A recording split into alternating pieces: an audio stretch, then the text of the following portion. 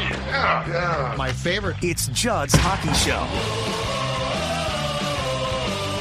Well, AJ, all the wild players at the Four Nations tournament do is score goals, get assists, play really, really well.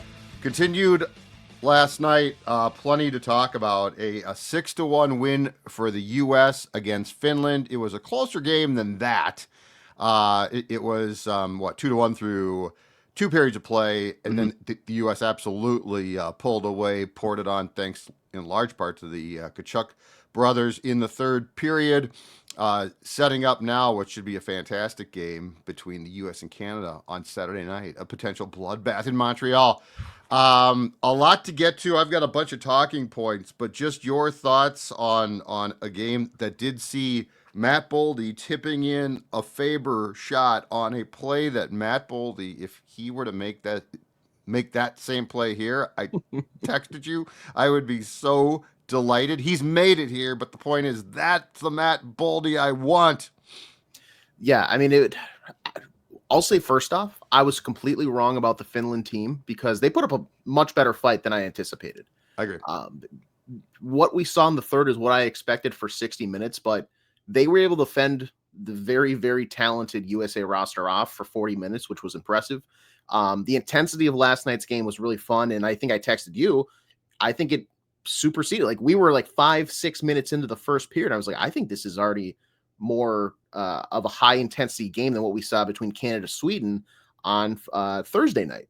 Or on Wednesday night, excuse me. USA, I think it's still, like, they made me waver a little bit because that first Hellebuck goal was like, whoa, that is bad. You can't allow that.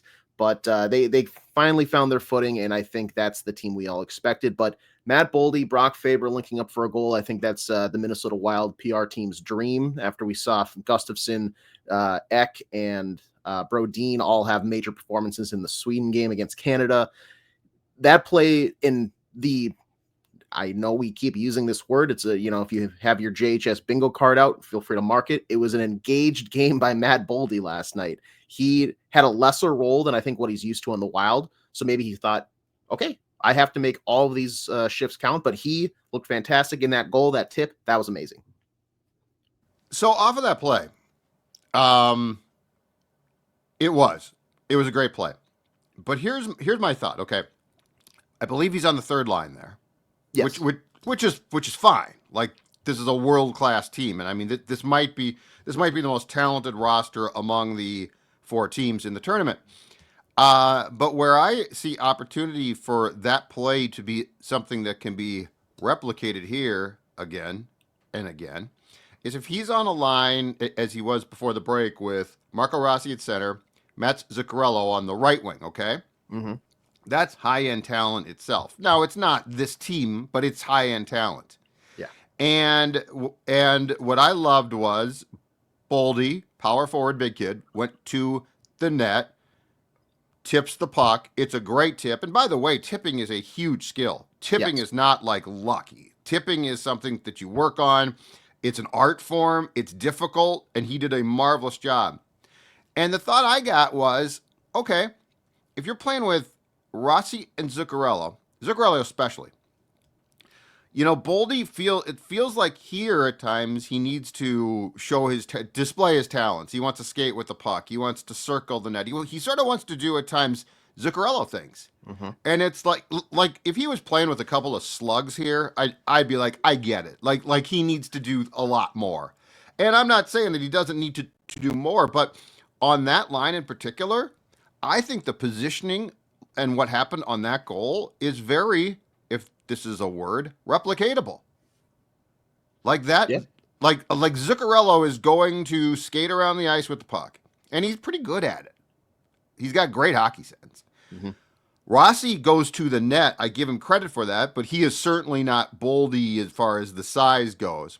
And so I just thought that goal was a really nice goal, and credit where credit is due. These first 2 games where you've got 3 Wild players on Team Sweden and 2 on the U.S., these guys have looked really, really good.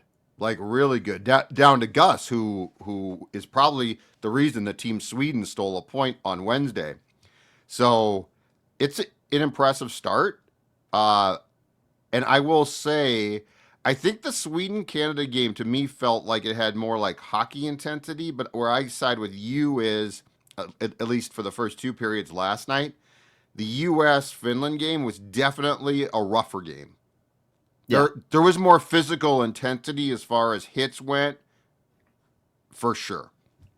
Yeah. It definitely was. I mean, you saw it in the first minute or two. There was a chip in on goal on Saros, and he covered the puck up. And surprise, surprise, it was one of the Tkachuk brothers who kind of goes in and gives the mini snow plow and bumps a couple guys. And all of a sudden, all the gloves are off. We're all gonna grab each other because it's 60 seconds in the game. You can't be touching our goalie, blah, blah.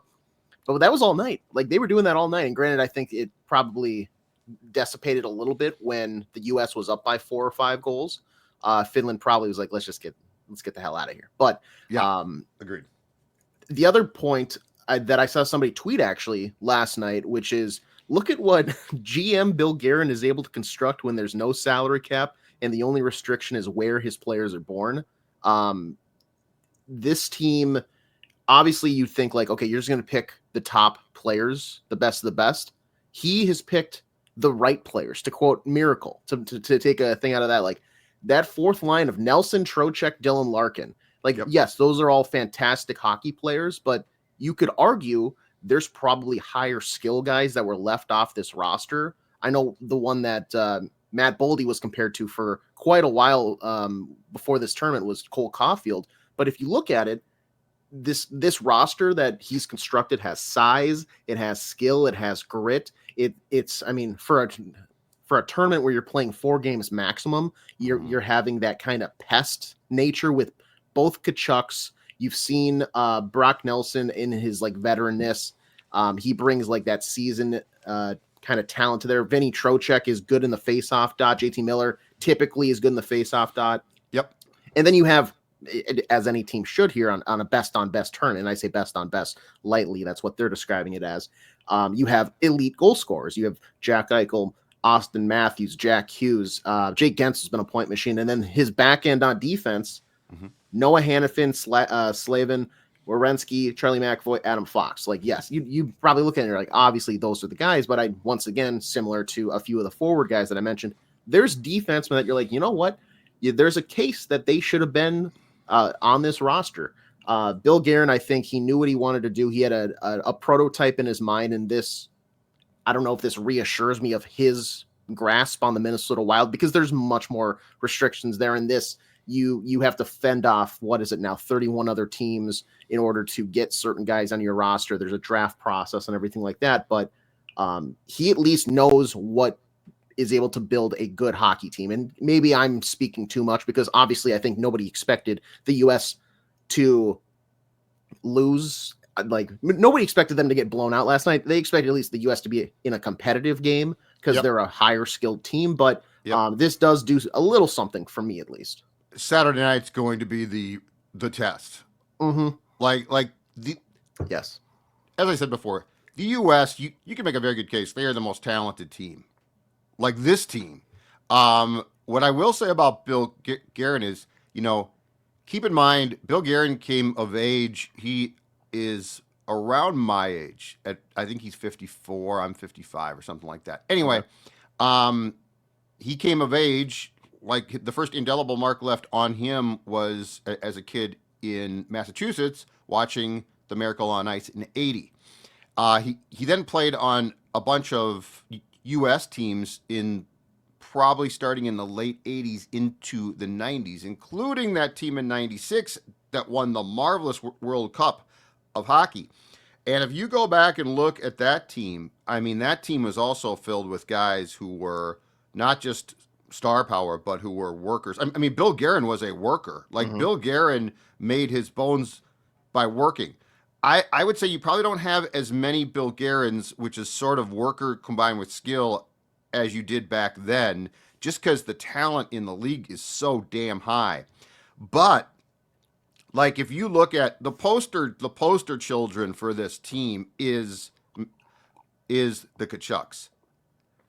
The Tkachuks are because they are spectacularly talented, especially Matt. Like Matt is a high end. The comparison that I heard last night, and I think it's right, is Brady is his dad, Keith, who was a very good player, but was just worked his ass off.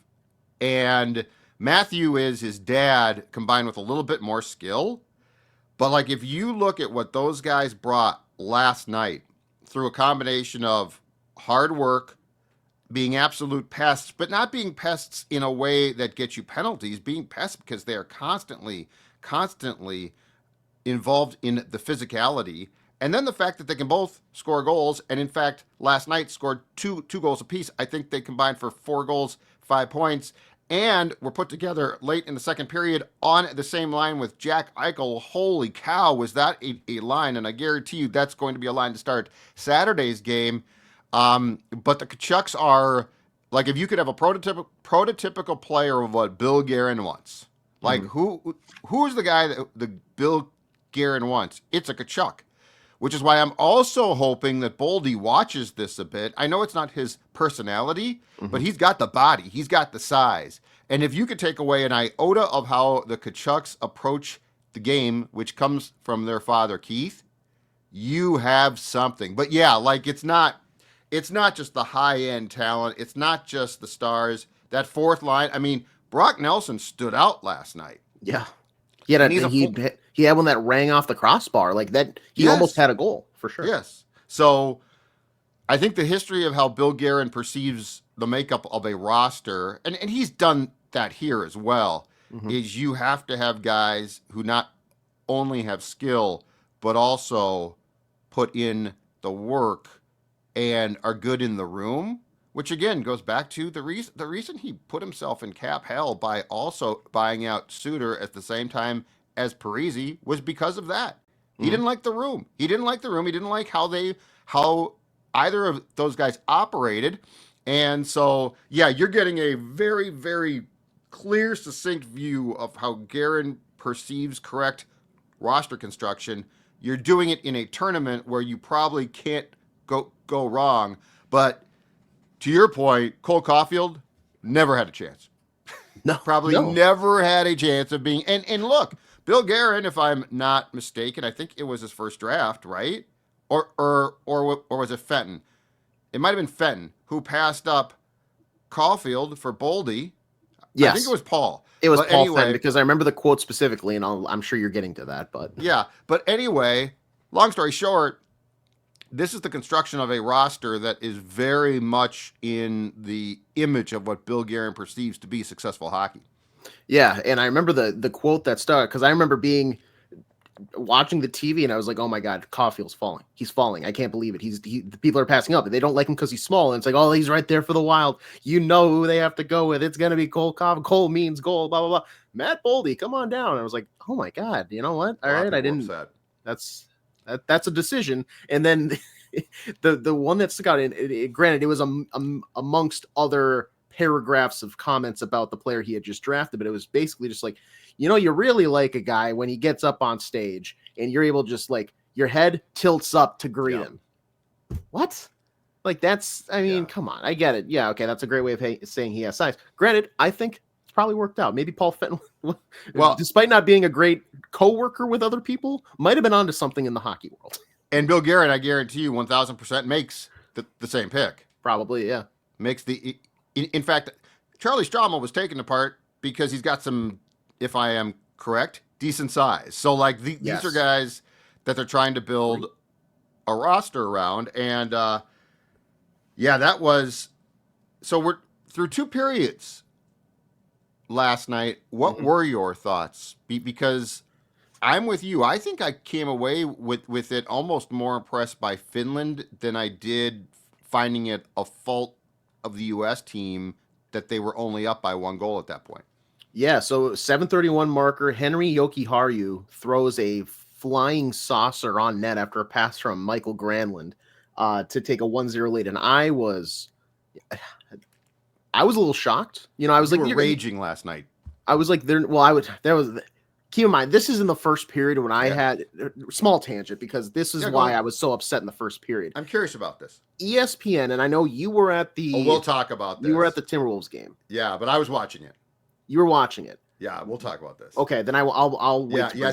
Save your tangent. I've got plenty of. I've got it on a platter. Okay. A one-time slap shot for you. So Jokiharju's goal, and you know what? Immediately I thought, you know what? Judd told me there might be it's night or day for Connor Hellebuck. Which one are you going to get? And I thought he looked okay up until that point, but then I was like, you know what? Oh my God, my mind started raveling like, oh, he's going to be leaky all tournament. They're going to have to go to like a Swayman. They're going to have to go to whoever the other backup is. Ottinger. Jake Ottinger's probably going to be like, yeah, that's right. Swayman was scratched last night.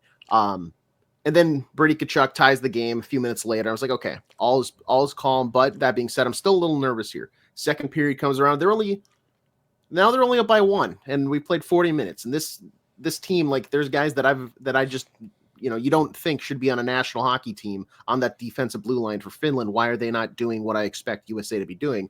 And then I thought, you know what, this Saturday night against Canada, this is going to be a bloodbath. Like, if they can't get the offense going and defensively they look rocky, then McDavid and Crosby, they're going to just have a day. They're going to walk this team, blah, blah. And then they kind of turned it on in the third period. But there was a good 20 minutes, maybe including that second intermission, that I was like, I think Canada's going to win this tournament pretty easily. Like, oh, wow. Like, really? I was just shocked. And like I said, it was initial of, you know what? Finland probably was stronger than I gave them credit to. Finland probably, these are all NHLers. This is not like you're taking 18-year-old kids and throwing them against some of the best USA players in the world. These guys play in the NHL. But then there was a moment where I was like, maybe this USA team just isn't as good. And I was blinded by being an American, like I have to root for them. So they're going to be good. Of course, blah, blah, blah. But then the third period kind of reaffirmed everything I had thought prior to the tournament starting. So, call me fickle if you would like to do that based on that take. But there was a little bit of worry that crept into my mind for sure. Yeah. And so I thought the same thing on Finland. Like, I thought, are they that good? But then, like, you see the top end, like the first power play of all of these teams is stupidly ridiculous. Right. Yeah. Like, Line A and go on down the list and Rantanen, right? And it's like, oh, okay, let's slow down with, I don't think that they're that good. I do think that they got tired and lacked depth. So they are without 3 defensemen, 2 of whom I think are really good. Mm-hmm.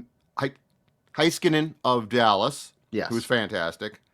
Rasmus Ruotsalainen, who's good. Yes. And Yanni Hakanpää, who I like. I don't know that he's in the I don't think he's in the conversation with the first 2 names I just brought up. But he would add more depth to what Correct. They have right now, because when you look, I'm just looking at their defensive pairings here. It's Nico Mikkola and Esa Lindell on their top pairing, Olli Maatta and Henri Jokiharju, which is that a good pairing? Yeah, probably. But is that a second pairing for a national team? I don't think so. Yeah. Like, you have other guys on the roster, and then you have Euro Vakanainen and Nicholas Matinpalo, which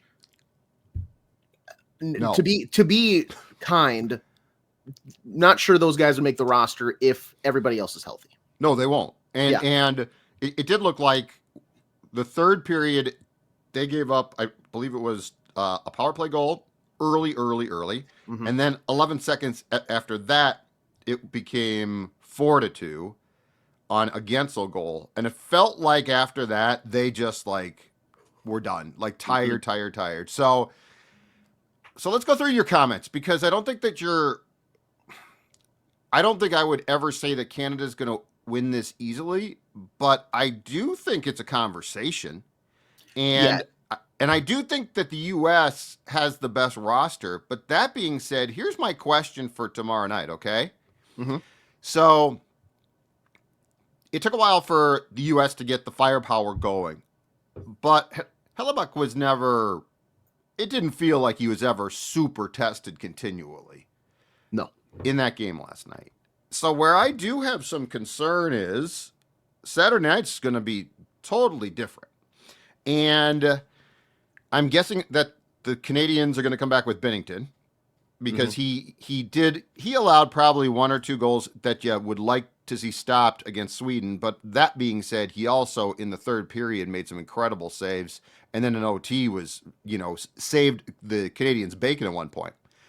And so I do have some trepidation here. Like, to me, Connor's going to have to prove himself. Like this is the stage, Saturday. Yeah. And Binnington, for as flaky as that dude is, and for the fact that there are times in a regular season game at the X in December, he can give up some bad goals. He's sort of a big game guy. So I do not think by any means that this is the U.S. for sure. I think the U.S. has more talent in its entire roster, but you cannot discount, McDavid and what Crosby did on Wednesday night. And when you go down that entire list, McKinnon. So.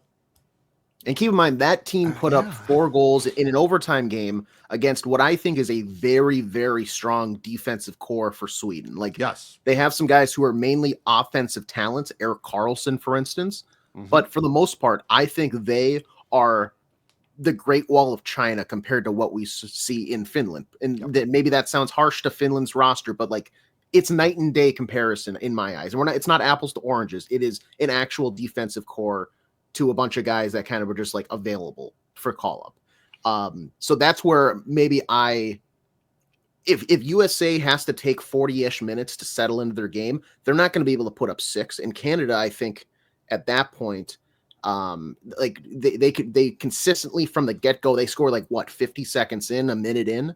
They were offense all night and really took the pressure off of Binnington in their back end, whereas the US, it wasn't consistent pressure, but there was absolutely times where Finland had a very dangerous scoring chance because that's just going to happen in a hockey game. And at that point, Connor Hellebuyck stepped up. But what if he doesn't on Saturday night? That's right. Kind of where my thought process goes. And I don't think that you can believe that there won't be more consistent pressure on him. And so Holy, you okay, Age? He's so emotional, he's choking up.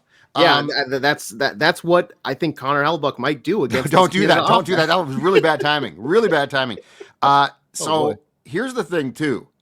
The Tkachuks did a marvelous job, not of just scoring goals and providing points for the U.S. team last night. They did a really good job of getting Finland rattled, which is their specialty. They do things to take you off your game.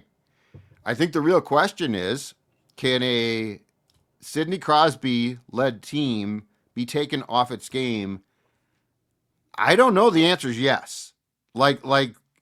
Sidney Crosby, the one thing that strikes me about having Crosby, and you saw this against Sweden, is I don't think the U.S. has anyone like him because of the international experience there, the calmness there, and just how can I put this? The Mark Messier-ian way that he goes. Now, he doesn't come across as big of a hard ass as Mess did, but I think he probably is.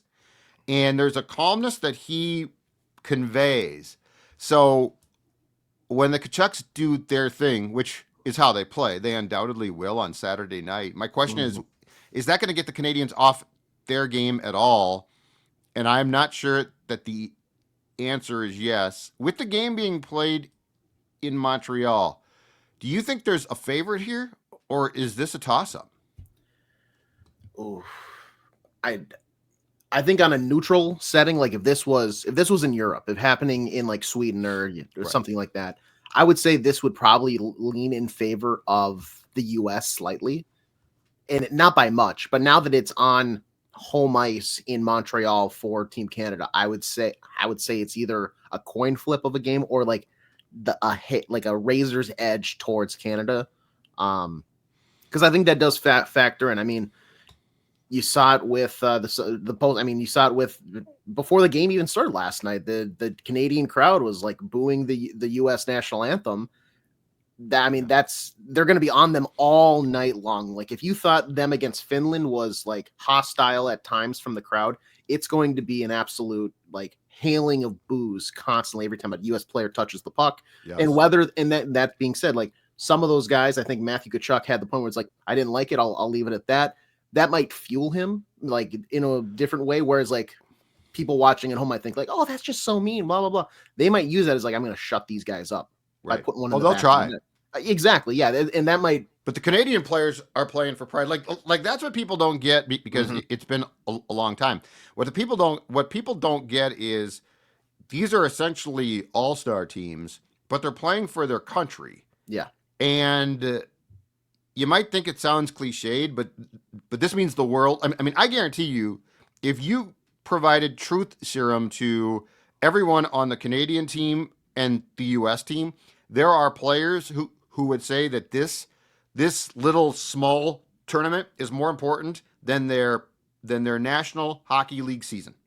Yeah, absolutely. Like this is their, like, there are guys who, if they win this, will be fought, as or more satisfied than if they win the cup, because that's how important playing for your country is. I got a question for you quick. So when I got home, I had DVR'd the game. And I went back and watched the anthem because I heard the Tkachuk comments in the press conference that was played when I was driving home. Did ESPN, because you could hear the singer, did they? I couldn't hear, like, I heard a few boos scattered at the start and then they disappeared. They had to have turned down the crowd mics. Okay. Because I was like, oh, let's hear this. Like, okay, yeah, like this is going to be fun. And then I couldn't hear, because the tweet I saw from a fan or someone in the press box said that they did announce at the start of the anthems, please be respectful. Somebody tweeted that I believe someone in the crowd yelled, F that, and the boos started, but then you didn't hear, like, during the anthem, I didn't hear jack as far as, like, crowd noise went. See, I heard it bleeding in a little bit because, like, you could hear, like, as soon as, say, and then you hear, like... I heard that, but I'm saying it then dissipated, I thought. Yeah, but then you heard it kind of creep in because you could hear them start, and then I think they said, oh, and we're going to turn these down because... The ambience, I want that. I want it too. And this is one of my gripes with hockey broadcasting streaming. The amount of money I would pay for a stream that has zero commentary, zero extra, like, still go to commercial breaks if you really want to, but I just want like a microphone that's hanging in the arena. I want to hear the sticks. I want to hear the crowd. I don't need to hear any other voice. I just want to watch the hockey. Like, that's where something like this would be nice, because then that's the whole ambiance of like, oh, okay, I'm there. I'm getting the full experience. Don't give me your version of how the arena feels like. Because sometimes I watch broadcasts and it's mixed poorly, and it's like, it sounds like there's nobody in this arena, even though I can see people cheering. Turn it up a little bit, because then the announcers get drowned out and they get worried about that. I'm more concerned about the hockey and the atmosphere than I am the broadcast team, personally. I want every F-bomb. Yeah. I want every F-bomb. Yes. I mic up players live. I don't want to hear it. We put a microphone on the team captain. Let's hear it. And this is brought to you by Progressive. Yeah. Well, and then it's like, pucks deep. I don't want to hear that. I want to hear the F-bombs. I want to hear you arguing with teammates. Give me the good stuff. I don't know why they still do that.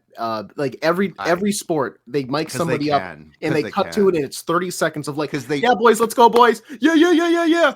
Woo! And it's just it's because they pay more in rights fees. They get everything that they possibly can. It's like when they talk to a coach at halftime, because they negotiated for it. It's completely useless, and the coach doesn't want to do it. The sideline person barely wants to do it. So, okay, before we get to TV, the current standings. So the U.S. is the only team through the first two games to maximize points, which, by the way, is not 2 for a win. It's 3. The Canadians got 2. So they lost 1 because the game went into OT, but they got 2 for the OT win. Sweden got 1 point, conversely. Finland, 0. So am I correct on this with 2 games in Boston on Monday, and then, if I'm not mistaken, the championship? If the U.S. wins on Saturday against Canada, they bump up to 6 points and are basically assured a spot in the championship game. Does that sound right? That does sound right, because... Okay, that's what they were talking about on Sirius when I was driving home last night. but I'm very bad at math, and so I didn't really do the math. The thing is, I think they could lose to Canada, like in regulation, and get no points. And then as long as they beat Sweden in regulation, and then they would have 6. Right. But I'm just saying, if they win, yes. If they lose, it gets a little dicier because Sweden's still there. Because now the Sweden should beat Finland. Yes, and so let's say they get the 3 points there, and then they beat. Well, actually, no, they've already lost. So yeah, so they just have to win, and they don't even have to win in regulation at that point. And the Canadians actually very badly need a regulation win, which would bump them up to 5 points. Mm-hmm. But if the U.S. wins in regulation, they're at 6 points. The Canadians are at 2 points. If it goes to OT, then again, the winner gets 2 points. The loser gets 1 point. But the fact is, like this game, the stakes on this game now grow because of where the points are. All right. And that brings in a conversation of why the NHL should implement some sort of a 3-2-1 point structure. Oh, 100% they should.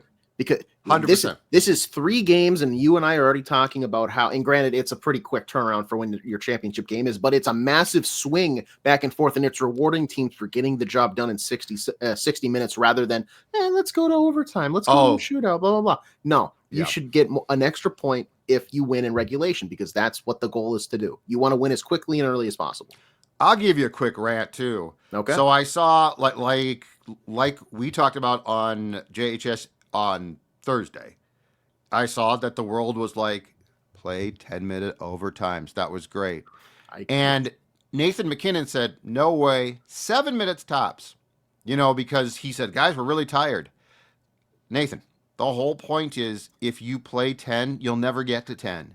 It will be a race to score. You'll want to get done as quickly as possible. We will eliminate the 4 corners. We will eliminate... And you're going to have to use depth guys, which is going to create more mistakes, which, by the way, I would still rather see.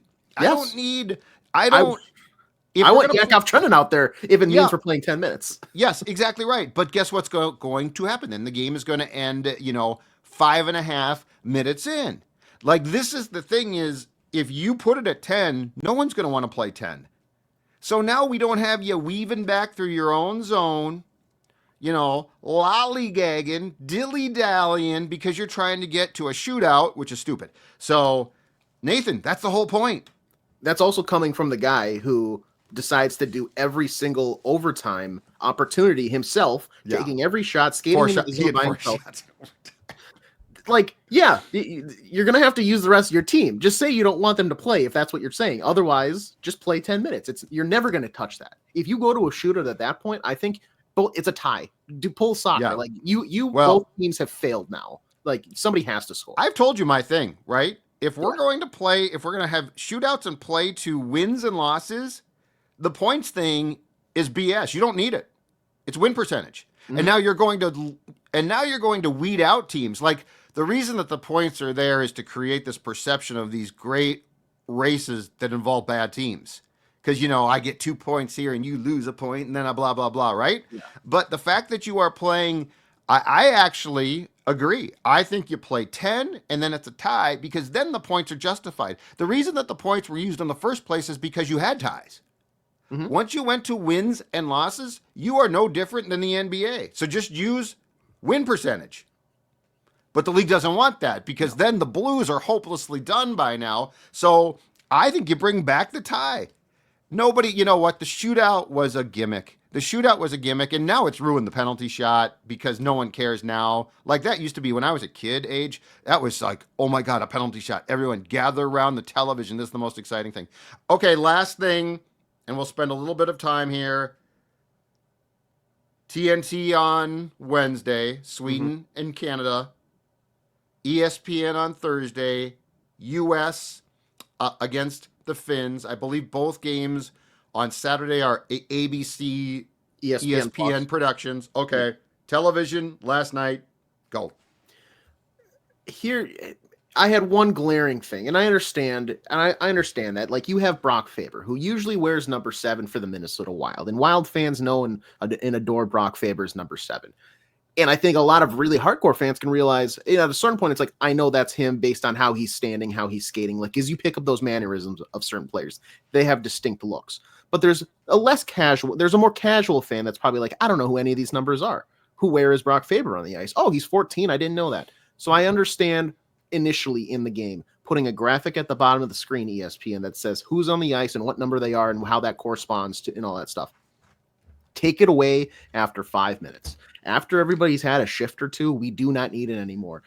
I'm watching the USA charging, and I say charge, the first power play was atrocious. Charge into the zone on the power play, and Jack Eichel throws a puck to the wall, the near side wall on my TV screen. There's nobody there. Oh, just kidding. There is somebody there, except they're offsides, but I couldn't see that because I have a thing blocking my TV like this. Like you can barely see the screen that's telling me that, Hakanpää's on the ice, that, JT Miller's on the ice. We don't need it. You have to pull that away at certain points. And they had the technology to. They had an animation for it because it would go away right before commercial breaks. They had it up for the entire first period, and I was losing my mind. Irrationally, I want to add, it was an irrational temper tantrum that I was having watching this game. But nonetheless, take it away. We've entered a realm of society where we have so many points of graphics and animations and different pictures on the screen. Take it all away. Strip it down. I want a score bug in the top left. That's the only acceptable place for it. I don't want this FanDuel / Bally Sports ticker along the bottom. Maybe baseball. It makes sense because it's a very stable game. For something that is NBA related, for something that is hockey related, put it in the top left. There's no reason to have something take up an eighth of the screen for 20 straight minutes. It is ridiculous. Also, throw a shots on goal clock permit on every single score bug. I need to know how mad I am at any given time. Are they not generating offense? Are they? I don't want to have to open my phone, go to the NHL app, pull up the game center like HUD and be like, oh, they have 4 shots through 6 minutes. I guess that's okay. I want it up there consistently so I can know. Take it away for power play. Sure, I get it. You have to find room. We don't need to reinvent the wheel here on a tournament that is 4 games for a certain team at most. Just stick to the basics, play the classics. When Def Leppard is coming to the grandstand this summer, you don't want a deep cut off their second album. You want them to play Pour Some Sugar on Me. You want to hear Photograph. You don't want to hear, some random thing they played in a guy's basement in Germany in 1984. Play the hits. You know what works. That's my rant. Bravo. No, you're exactly right. You're the fact that they do not have a constant shots on goal part, and they don't. No. This is not new. And the thing that I'm curious about on the graphic that showed everyone on the ice was, did they plan on that being for a period? Or I felt like they planned on it being for the entire game, and then they got so many complaints, and somebody said, what are we doing here? And then they just said, okay, let's lose it. That's why bullying works. We're bringing back bullying in 2025. Yeah, no question about it. I also saw that a couple of times, and I think it was early in the game as well, they used the AJ's favorite, unique high camera. So, they're showing it as if you're a fan in the upper deck of the Bell Center. And I immediately thought of you because I'm like, okay, here's the creativity. Show the hockey game. I just have one thing because your rant's perfect. Can TNT just do all the games? I have no complaints about TNT. The broadcasters are great. And that was their second team, Brandon Burke and Panger. The broadcasters were great. The approach to actual coverage of the game is great. The studio show is so much better. And last night, game gets done. Coming up soon, it's Gonzaga again, college basketball. TNT has a complete post-game show that embraces what they're showing instead of the problem is ESPN for something like this, their approach is a McDonald's approach. They're fast food. It's on to the next, on to the next, on to the that's how they live their life. Mm-hmm. But they're at conflict here because all day long they're trying to build up this game. PTI talked about this game, which they never talk about hockey. Around the Horn talked about this game. You know, they were at 6 o'clock in the A block of Sports Center, which Steve Levy made fun of. He's like, it must be big. We're in the A block. But then they get done with the game and they do a post game, but it's very brief. And then we're off to the Gonzaga basketball game. Can TNT just do all the games? They're better at everything. Big game feel, studio's not even close. No. And look, I mean, Messier, Subban, and Levy are fine. Like I don't even think they're bad. But Liam McHugh and that, you know, with Biz and Gretzky and Anson Carter, it's just so much better and it's so much more thorough. It's and funny. if they want to work in to get some certain people nights off, like I think Emily Kaplan and Ray Ferraro, I think they're both fantastic broadcasters and they understand the game. They know how to talk about it well as like an expert, but also explaining it in terms for like a casual fan to understand. Yep. Work them in on those TNT broadcasts too. Yep. I'm sure you can figure out an agreement there to get. Ray Ferraro's really good. He's fantastic. He is great. He is great. And I actually think that Bob Wichusen, who was the play-by-play guy last night, is really good. Sean McDonough hasn't done a game since like Game 7 of the Stanley Cup Finals, and they keep threatening to have him do games, and he's always like sick or something. His voice has been gone for like a month now. I'm concerned. But the fact is, Sean also does a ton of stuff. Like he does football and stuff. So if you have a different play-by-play voice for this package, for your hockey package, that's fine. Mm-hmm. The one thing on Kaplan is, I have said this from day one, she is totally miscast. Why is she not in studio as their insider? Yes. Like you're ESPN, you've got an insider for tiddlywinks. Like everything you do, you know, we've got Shams coming in and Shefty coming in and blah, blah, blah. And they don't have one for hockey. This would be like throwing Adam Schefter on the sideline and being like, Andy Reid, what'd you think of that first half? Like that's not what he does. Well, and she's good and she's fine with that, but it doesn't have any, in my opinion, you can have anyone do that job and the value is very small. She's got sources, like she knows a ton of stuff. Yeah. Like she should be the insider. For a tournament like this, on location's fine. Ordinarily, for a normal game in studio, but like at least it would give a bigger feel too, right? Like if Kaplan came in with PK and Messier there, I think it would be like, this has a bigger feel. Yeah. It just feels now like three guys in their parents' basement or something. It's like a Wayne's World. They're just there and they're yucking up like, yep. Party on mass. Yeah, party on PK. Let's head it back out to the rink now for period 3. I don't know. Just give me TNT. Yes, I agree. Great point. It's really not even comparable. It is so clearly. It's not like, okay, on some nights they're better.